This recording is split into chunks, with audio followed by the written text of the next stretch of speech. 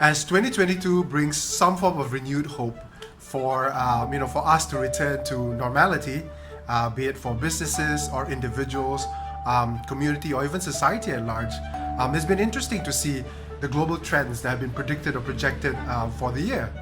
So welcome, I'm Farrell from Orchan Consulting Asia, and I thought it would be interesting to put a localized/Asian sort of spin to these sort of trends to see how they would actually resonate in a Southeast Asian context.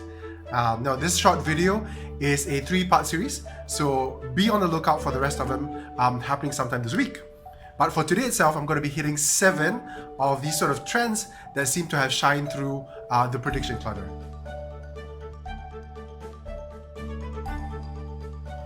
Number 1, face-to-face interviews will make a comeback. Finally! And yes, while we might miss the idea of dressing down for a Zoom call, the desire to actually go out of our home office and have some form of human contact is increasing. It's also good for businesses too, if you think about it. Face-to-face interviews mean that industry people like us can actually have a stronger input into the narrative directions. In 2022, reporters and also media outlets are going to bring back face-to-face interviews whenever possible, or wherever possible, so to speak. This is more prevalent. It's going to be more prevalent for in-depth features, profiles, discussions of nuanced or controversial topics. Because let's face it, you're going to get a lot more out of the person when you're talking to them face-to-face, right? Journalists that we are close to highlight the fact or desire to actually want to get out to the thick of things, not just because of all of that, but also the fact that they feel that they have, they get the ear to the ground. For them, it would be a lot better and a lot stronger. But that doesn't discount the fact that Zoom calls or phone calls or Zoom interviews are going to be thrown out the window. It's still going to be going to be part of the whole mix. But I think brands need to be prepared that there are going to be a lot more requests for in-person interviews. So they have to make sure that their team is ready and available for those as much as possible. Number 2, social consciousness will continue to grow in its importance for consumers and purchase decision making. Well, this is fantastic. And it builds on the findings of the Strength of Purpose report. Now, buyers, both B2C and B2B, think that companies need to have a strong social conscience. In fact, recent research shows that 46% of people believe that companies need to take more responsibility for their role in society.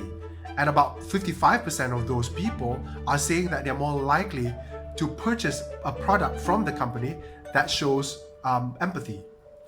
Now, the figures in Asia are significantly higher, well into the 80 percentiles. So Southeast Asian practitioners need to be extra conscious of this particular trend. Buyers are also demanding that companies go beyond paying lip service to social causes and back it up to what they're saying through real action, not just donating money or talking about their chosen cause just once a year. CSR needs to be both authentic in its intention and impactful in its execution. In November, we were lucky enough or fortunate enough to speak to PR guru Sangeeta Waldron on her book, CSR is Not Public Relations, where she talks a little bit about the fact that it is important for brands to realize that in order to be authentic and being genuine, that it doesn't mean for their product or their brand to have media coverage or be plastered in all news media outlets. It's more important for the initiatives that they are organizing or they stand for, stand on their own 2 feet and are recognized as being genuine and genuine in terms of helping people improve someone else's sort of situation. Now, for a lot of those brands that haven't really communicated the social values that are important to them, they need to remedy this quickly in order to make sure that their 2022 PR efforts will be more successful. Most buyers are not willing to offer brands the benefit of the doubt anymore. They want to know that the companies that they buy from or the companies that they work for are doing the hard work of actually living by the values that they profess, even and especially when it's inconvenient for them to do so. And this leads me to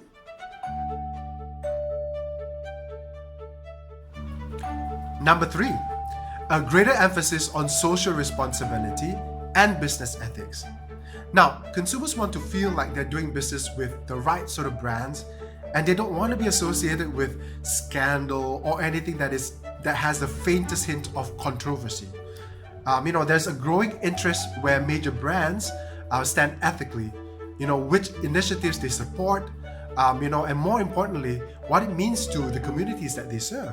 Now, I'm going to read you a quote from Amy Roberts, Vice President of Communications and Client Services at K&B Communications.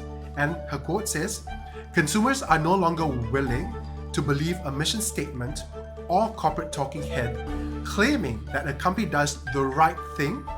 They want proof." Now, customers will seek, support, and engage with brands aligned with their ethos. And they're more than willing to call out dishonesty and inaccuracy. So accurate communications and consistency across all media platforms will help consumers trust and support your brand. Doesn't that make sense? So what does that mean for PR practitioners? It's pretty simple. Our job now is to make sure that our clients have a worthy, respectable cause to represent. A cause that is aligned with their mission, their customer base, and that the world knows about the effort that they're actually making without crossing that line of authenticity and that I'm just doing it for attention. Number 4, successful PR will have to be part of a larger marketing ecosystem. Now, Craig has been talking about this for ages. He always laments that there's a disconnect between PR and marketing taught at university, which then leads to graduates not having sufficient or deep appreciation of how these two embrace each other at every step of the journey. Brands often separate out marketing as well, marketing, social media, and public relations. We've seen that with our clients. We've seen that on the kind of training that we conduct as well. So, we feel that it's a mistake. It would be good to actually see PR taking a more strategic role in the broader sort of business strategy landscape. 5, digital events are now the norm. Now, this shouldn't come as a surprise, given the ongoing pandemic situation.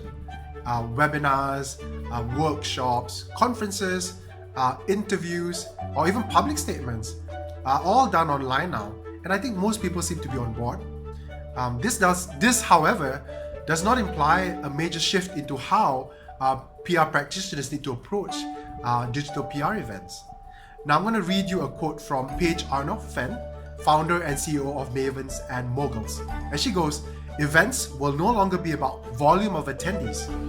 People have become pickier about how they choose to spend their time, so a more targeted approach will be essential to catching key influencers. Now, it'll no longer be about the number of attendees to an event, but rather the quality of those who attend, and making sure that you work with the best contacts that are well aligned to your brand to form lasting brand advocates." Doesn't that not make sense? So one good thing though, media and prospects will come to your event because of the content or the population, not just because of the free flow of beverages and snacks, or even the Instagrammable moments with others to showcase that they were there, so to speak. We have to look at emphasizing quality over quantity, which is, as you know, is going to be challenging for sure. But nevertheless, it tends to be good for all stakeholders in the long run.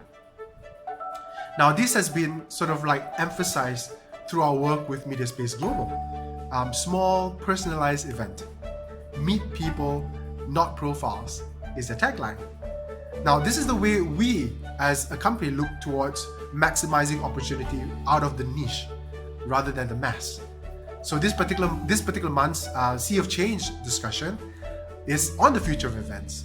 So certainly timely that we hit this topic running. So if you haven't started upgrading your ability to organize virtual events, get to work. And join us on Tuesday, 11th of January, as we explore this topic in more depth.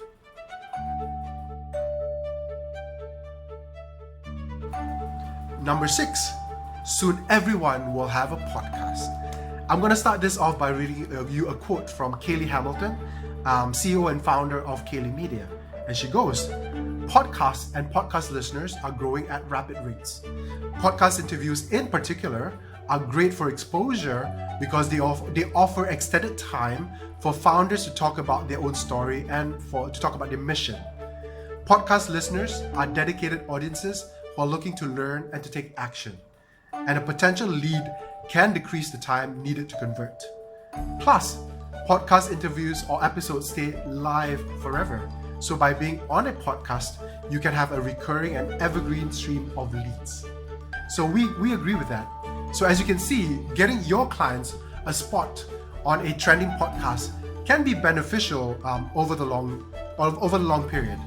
Also, consumers have embraced the medium already, so there's no need for you to educate them, on this whole podcasting to begin with. So, and finally, by dedicating a part of your PR strategy to podcasts, you will access a whole new audience who prefer this sort of content, thus significantly boosting your client's brand awareness. So that's what we would call a win-win situation, right? Podcasts are easy, they're inexpensive, a way to engage with or to self-produce, right? And technology puts us on an equal footing. And as they say in every marketing department on the planet, content is king. And so the final trend for this particular video segment, and one that we personally like the sound of, is number 7. PR grows in more in demand. Public relations is hot right now. Really? We've always believed that public relations has been hot or vital since the time we started our business. But let's not digress. Now more than ever, brands are understanding the importance of building trust and being more transparent, with their audiences. So not to mention the value of clear communication. So this year, we've seen brands and agencies alike trying and struggling to find and hire strong PR professionals. So drop us a line, change now at Orchan.Asia if you want to see how we as a company, as a brand, can help you enhance your brand awareness in 2022 and beyond. So keep an eye out for the next 2 trends videos, which will be posted shortly. Till then, Happy New Year!